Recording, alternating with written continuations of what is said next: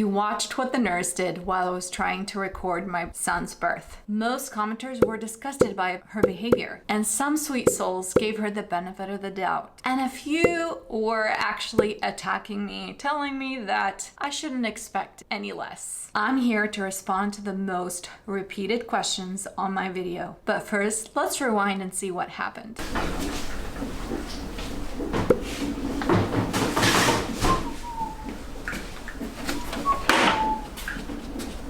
Get that for you.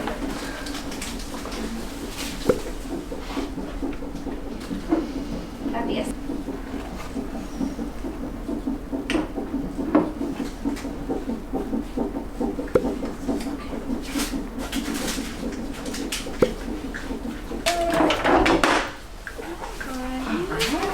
Great. The number one thing most commenters said is I should have reported her, kicked her out of my room, or asked for a different nurse. Others saying there's no way I would have put up with this behavior. If you're familiar with my story, I actually had 2 previous traumatic births. I really didn't expect any less from the hospital staff. I mean, I did create this whole channel, this whole brand about educating moms out there just because of this reason. You cannot expect hospital staff or any medical provider for that matter to really truly look out for you. You have to vouch for yourself. To answer the question on why I didn't report her or kick her out of my room or ask for a different nurse, it's pretty simple. I did not view her as a medical authority for my birth or for my health or my baby's health. I knew she was there playing a role, an assistant role, for example, to taking progress notes, inserting Foley catheter if I needed that, taking my blood pressure, or routine medical things that could create flags that would require further action. But I wasn't about to give her all the authority in the world in regards to making decisions to my health or my baby's health. So I didn't see her as this person that needed to fall into a certain view or do things a certain way. I knew that she was there doing her job and I was there vouching for myself and nobody else was going to do that. I did come into this birth as a third-time mom, knowing exactly what to avoid and exactly what to do and what works for my body. I actually have a video on what I wasn't going to do going into this hospital birth that I recorded while I was still pregnant before giving birth. If you actually have seen one of my other shorts, there's a short where I show how she keeps asking me to hold my breath while I was pushing. And I knew better as a third-time mom with pelvic floor trauma from previous births not to hold my breath. That's called purple pushing. And I nicely told her I don't want a purple push. And she kept telling me to hold my breath. But what I did is I completely ignored that. It's pretty conventional old-fashioned medicine. And I knew I was going to ignore certain things like that. So I ignored it and I did what I knew, what I've educated on being healthy and the best way to push a baby out, which is basically breathing the baby out. Many of you have also said, why don't you just call the nurse out? Call her out. Like I said, I was there for a purpose. I wanted to do it low key. I didn't want to create any scenes. I just wanted to get the baby out safely. I wanted to be safe for myself as well. Get it done, get out of there as soon as possible. And I did manage to get out of there 24 hours post-birth. Many have also said, well, why didn't you do a home birth? For me, home birth was not an option for me. I just knew my body. I knew my previous pelvic floor trauma, not to try to do things my way at home without some medical intervention being available at hand when I needed it. Oh, this question, oh my gosh. Okay, so with this question, many have said this is a staged video, or many have said, why is there a second camera recording the first camera? Well, if you go to my birth vlog, you'll see that I actually used a wide angle lens that covered the whole room. So you could see wall to wall. You could see everything that was going on in the room, and I was recording it from far away. And the reason I was asking my husband to record from his phone is because I wanted a closer shot to the birth, to the baby. And that's why there was 2 cameras. Obviously, she did not want us to record. She kept pushing the desk on purpose. Here is a clip of me looking at my husband telling him, oh my gosh, she better not push it for the 3rd time, because I was talking to him through my eyes. Another popular one is, why wasn't my husband holding the camera? Guys, he wanted to be present. I was obviously present. I wasn't paying attention that she was knocking the cameras. I found out from my husband and also after I gave birth that was happening. And for those of you wondering why there were 2 cameras, I'm a YouTuber. I'm a content creator. Having certain events recorded from multiple angles makes you a good vlogger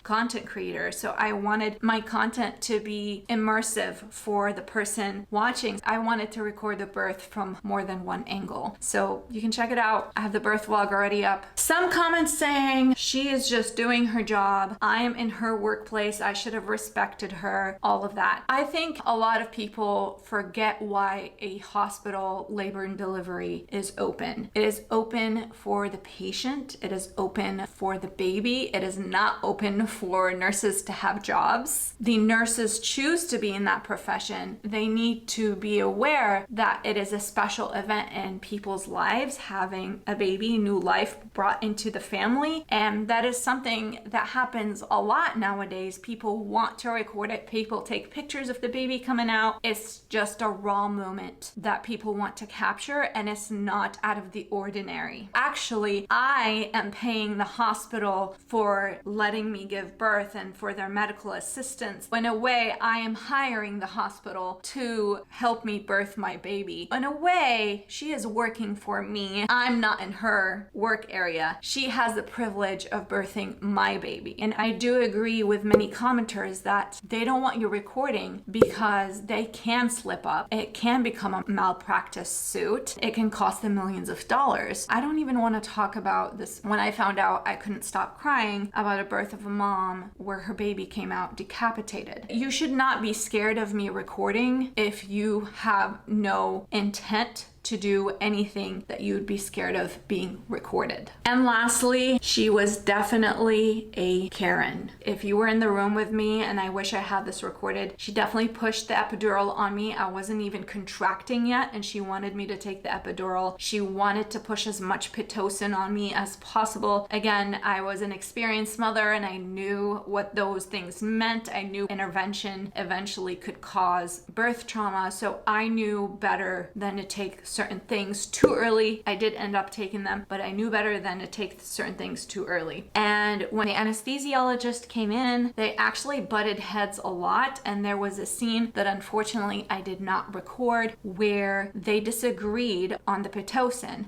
I was trying to get the epidural, and I could not sit still from the pain of the contractions I was getting from the high Pitocin doses. The anesthesiologist, before I got the epidural, she told me there's a possibility that we can reduce the Pitocin or even stop it to allow her to be able to successfully place the epidural. And I've never in my 3 pregnancies had epidural take so long to be placed. It was placed incorrectly, I believe, and then she had to go in twice in my back. And I was begging for the Pitocin to be stopped while she was putting the epidural in my back. And she ignored me the first time. I asked again, and that's when the anesthesiologist said, please turn off the Pitocin. You could tell they disagreed. You could tell they had a lot of tension in the room, which I picked up on from the get-go. Yes, the nurse was not compassionate from the get-go, but again, I had no expectations because of my previous history with hospital staff and hospital births. So I just knew that I needed to vouch for myself. And yeah, unfortunately, she was definitely a Karen. Feel free to watch my birth series right here, and you'll see what I'm talking about.